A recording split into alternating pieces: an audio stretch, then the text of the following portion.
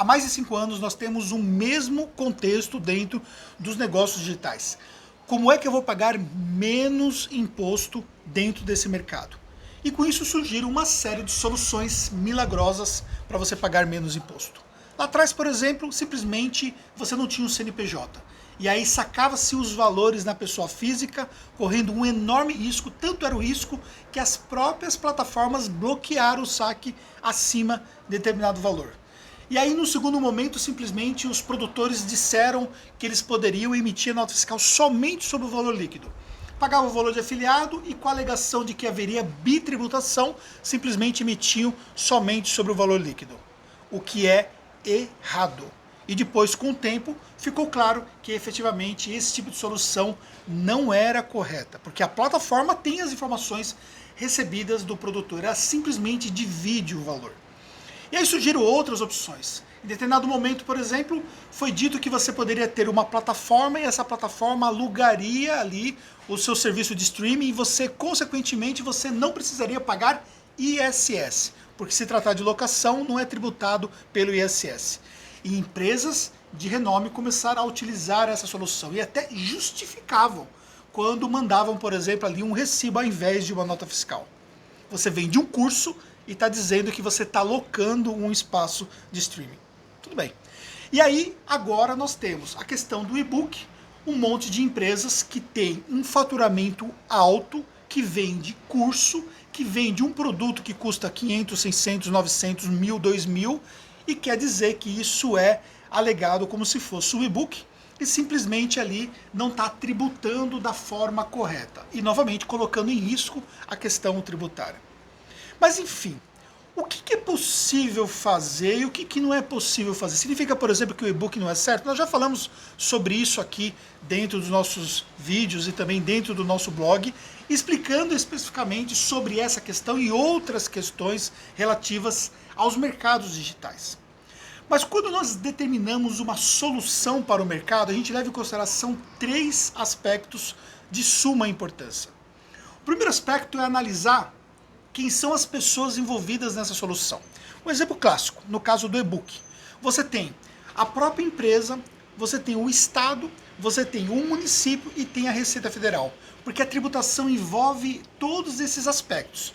Esses 4 agentes são envolvidos dentro desse aspecto mais precisamente. Então, qualquer um dos 3, com exceção de você, que está se beneficiando dessa solução, pode simplesmente entender o seguinte: peraí, mas o que é esse negócio aí? E-book mesmo isso aí? Deixa eu dar uma olhada aqui nesses documentos, deixa eu dar uma olhada nessas informações que estão disponíveis para todos eles. Qual é a questão que a gente leva em consideração? Qual é o tamanho do risco existente numa solução? E se de fato essa solução ela tem um amparo legal. Muitos dos nossos clientes utilizam essa solução, mas eles utilizam essa solução com amparo legal. Então não é simplesmente porque eu vou contratar um sistema que vai fazer a mágica e eu vou pagar menos imposto. Não, cuidado com essas mágicas, porque essas mágicas que te colocam em risco.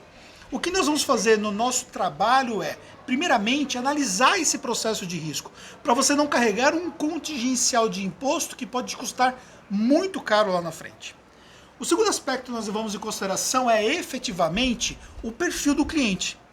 Existem clientes que eles são muito mais organizados, clientes que conseguem entender muito melhor os aspectos tributários, enquanto existem clientes que ainda têm um grau de maturidade muito pequena, não conhecem efetivamente ali aspectos tributários. Às vezes você tem uma solução que ela não tem um amparo, porque ela simplesmente a legislação não é clara sobre determinado ponto.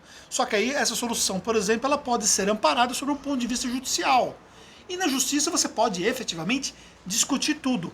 Só que na hora que você está conversando com o cliente não entende isso. Ele não entende que ele pode correr o risco de ter um problema e depois responder judicialmente. Ou talvez o tipo de empresa dele, o tipo de negócio dele, não prevê, por exemplo, que ele tenha uma reserva de caixa para, por exemplo, se tiver que discutir alguma coisa judicialmente, se tiver que contratar um advogado para poder defender ele. Ele não tem esse critério, entendeu? Ele não tem, às vezes, a maturidade ainda para entender. Às vezes ele está ainda num processo iniciante dentro do mercado digital.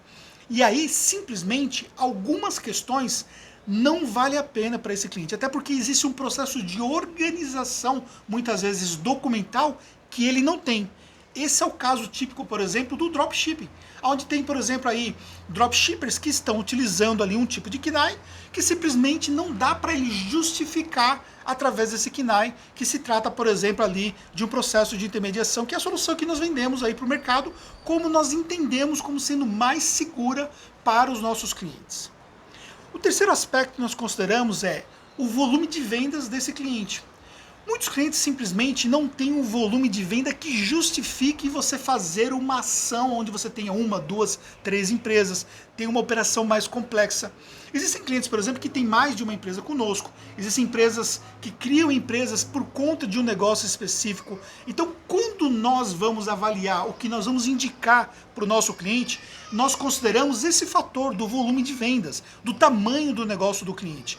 Às vezes o negócio é tão pequeno e você fica tão preocupado em tentar pagar menos imposto de um negócio que realmente o ganho não vai valer a pena, o trabalho envolvido, que simplesmente não faz sentido. Então esses aspectos são levados em consideração. O que mais nós prezamos em relação aos nossos clientes é a proteção da pessoa física deles. Se a gente chega à conclusão que algo pode ser arriscado, o cliente vai entender quais são as condições desse aspecto, quais são as indicações da Tactus nesse aspecto. Muitas vezes significa que a gente perde um cliente porque aparece uma solução milagrosa que ele acaba então indo pelo canto da sereia. Não tem problema, cada um faz as escolhas que você quer, cada um faz as escolhas que quer em relação ao seu próprio negócio. Nós não estamos aqui para dizer isso, isso faz parte do jogo.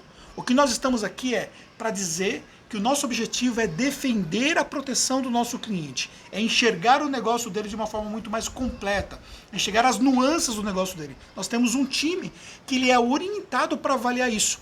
E qualquer solução necessária, diferenciada daquele modelo que nós temos, que é um modelo replicável, mas que é uma solução que pode ser aplicada a um cliente ou a um grupo de clientes específico, esse tipo de solução passa pelos diretores da Tactus, que são profissionais habilitados, são profissionais que estão assinando pelo seu trabalho.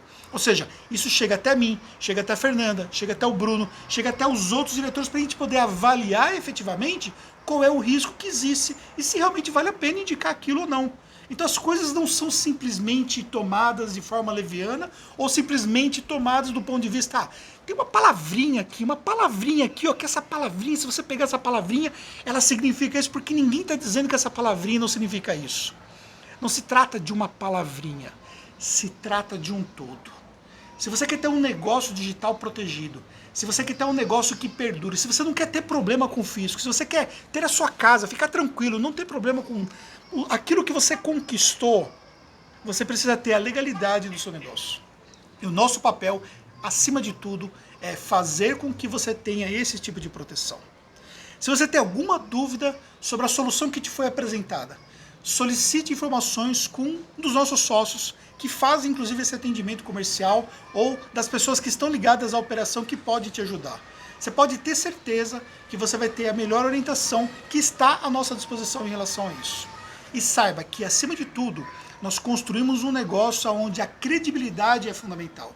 A gente não atende meia dúzia de empresas, a gente atende mais de 1000 empresas no mercado digital. E para uma empresa contábil, que é a maior empresa de contabilidade que atende o mercado digital hoje, manter um processo de credibilidade, acima de qualquer outra coisa, a gente sempre vai olhar aquilo que é melhor para você. Fez sentido para você? Manda esse vídeo para alguém. Pode comentar aqui embaixo. Estamos à disposição e até um próximo conteúdo.